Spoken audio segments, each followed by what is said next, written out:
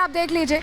आपको सबसे पहले जितेंद्र आव्हान का बयान सुना रहे हैं। भगवान राम मांसाहारी हैं। भोजन के आधार पर इन्होंने बांटने की कोशिश की। बांटने की जो राजनीति है राम मंदिर को लेकर नजर आ रही है। जितेंद्र आव्हान को आप देख रहे हैं, आव्हान को, और इनकी तरफ से बयान। और अब दूसरा चेहरा आप देखिए, फतेह बहादुर का है। ये आरजेडी के विधायक है। इनकी तरफ से कहा गया कि मंदिर मानसिक गुलामी का मार्ग है।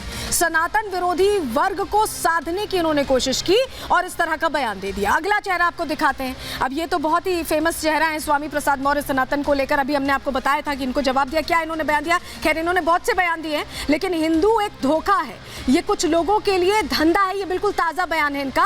अगड़ा पिछड़ा वर्ग में ये बांटने की कोशिश कर रहे हैं। चुनावों के मद्देनजर इनकी तरफ से ये बात कही गई है। सेंथिल कुमार को देख रहे हैं आप, डीएमके के सांसद हैं। बीजेपी गौमूत्र वाले राज्यों में जीतती है, इस तरह की बात कहना, बहुत छोटी बात कही। क्षेत्र के आधार पर इन्होंने भी बांटने की कोशिश की। अगला चेहरा आप देख रहे हैं, उदित राज हैं, जो नेता हैं कांग्रेस के।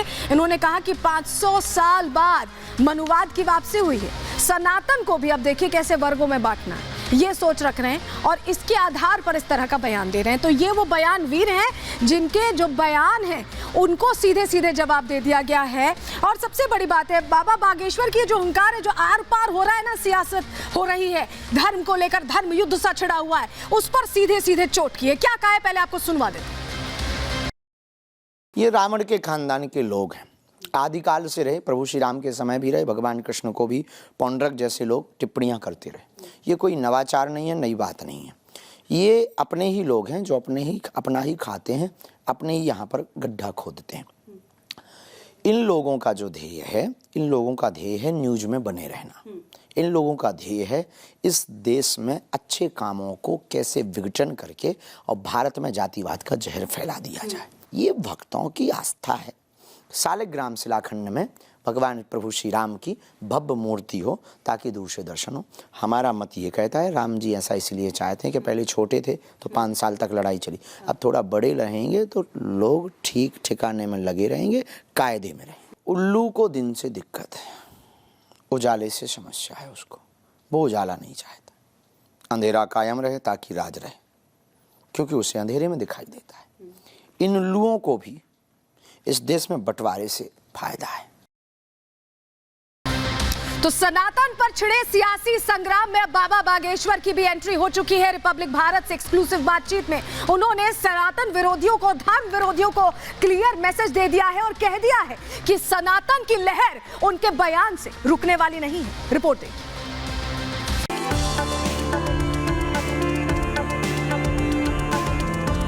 ये तो शुरुआत है, स्वर्णिम काल है सनातनियों के लिए, कट्टर सनातनियों के लिए। राम आदर्श का विषय है। राम इस भारत के प्राण है, राम इस विश्व के रचयिता है। राम की यात्रा भी जीवन में सीखने योग्य है। राम के जीवन के प्रत्येक पहलू ने मनुष्य को संघर्षों से लड़ना सिखाया। राम बन गए तो वो बन गए। मर्यादा पुरुषोत्तम आने वाले हैं। उनके अपने नए घर में विराजने का वक्त पास आता जा रहा है। हर एक सनातनी उत्साहित है। सबको इस शुभ घड़ी के जल्द आने का इंतजार है।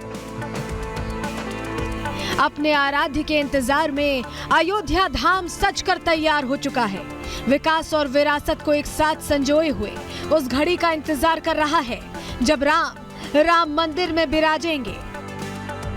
एक तरफ काउंटडाउन चल रहा है तो दूसरी तरफ कुछ सफेद पोश ऐसे भी हैं जिनका ना ही खुद पर काबू है और ना अपनी जुबान पर। ये इंडी गठबंधन के वो नेता हैं जो एक के बाद एक बार बार राम के नाम पर सियासत करने से बाज नहीं आ रहे हैं। आस्था पर चोट कर रहे हैं, लोगों की भावनाओं को सत्ता के चक्कर में ठेस पहुंचा रहे हैं। लेकिन अब इस विवाद में पंडित धीरेन्द्र शास्त्री की एंट्री हो गई है, वो भी एकदम बाबा बागेश्वर वाले ही अंदाज में।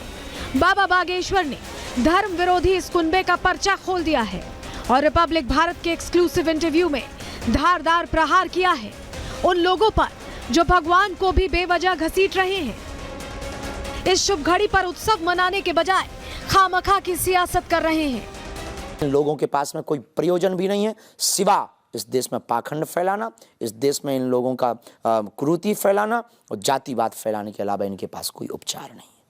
हम सिर्फ इस देश को ये समझाना चाह रहे हैं, अपनी जान हथेली पर रखकर हम इनको सिर्फ ये बताना चाह रहे हैं, ये हिंदू राष्ट्र का मतलब है। और जो कट्टर हिंदू होगा, वास्तविक हिंदू होगा, वो हमारी बात का सपोर्ट करेगा, वरना प्रभु की कृपा से उनको भी धन्यवाद। युवा हिंदू, युवा लोग हमारी कथाओं में आकर के जय जय श्री राम के नारे लगा रहे हैं, माला कंठी डाल रहे हैं, मस्तक पर तिलक लगा रहे हैं, मंदिरों में पूजा कर रहे हैं, ये परिवर्तन नहीं तो क्या। बाबा बैठे तो एक एक कर हर धर्म विरोधी को जवाब दिया। उन्होंने जितेंद्र आव्हान के मांसाहार वाले बयान पर इसे पब्लिसिटी स्टंट बताते हुए एनसीपी नेता पर तल्ख कटाक्ष किया। ये रावण के खानदान के लोग हैं, ये अपने ही लोग हैं जो अपना ही खाते हैं, अपने ही यहाँ पर गड्ढा खोदते हैं। इन लोगों का जो ध्येय है, इन लोगों का ध्येय है न्यूज में बने रहना। इन लोगों का ध्येय है इस देश में अच्छे कामों को कैसे विघटन करके और भारत में जातिवाद का जहर फैला दिया जाए। बाबा बागेश्वर ने सियासी गलियारे में राम की प्रतिमा पर पॉलिटिक्स करने वाले नेताओं को भी अपने ही अंदाज में जवाब दिया। ये भक्तों की आस्था है। सालिग्राम शिलाखंड में भगवान प्रभु श्री राम की भव्य मूर्ति हो ताकि दूर से दर्शन हो। हमारा मत ये कहता है, राम जी ऐसा इसलिए चाहते हैं कि पहले छोटे थे तो 5 साल तक लड़ाई चली, अब थोड़ा बड़े रहेंगे तो लोग ठीक ठिकाने में लगे रहेंगे, कायदे में रहेंगे। उल्लू को दिन से दिक्कत है, उजाले से समस्या है उसको, वो उजाला नहीं चाहता। अंधेरा कायम रहे ताकि राज रहे, क्योंकि उसे अंधेरे में दिखाई देता है।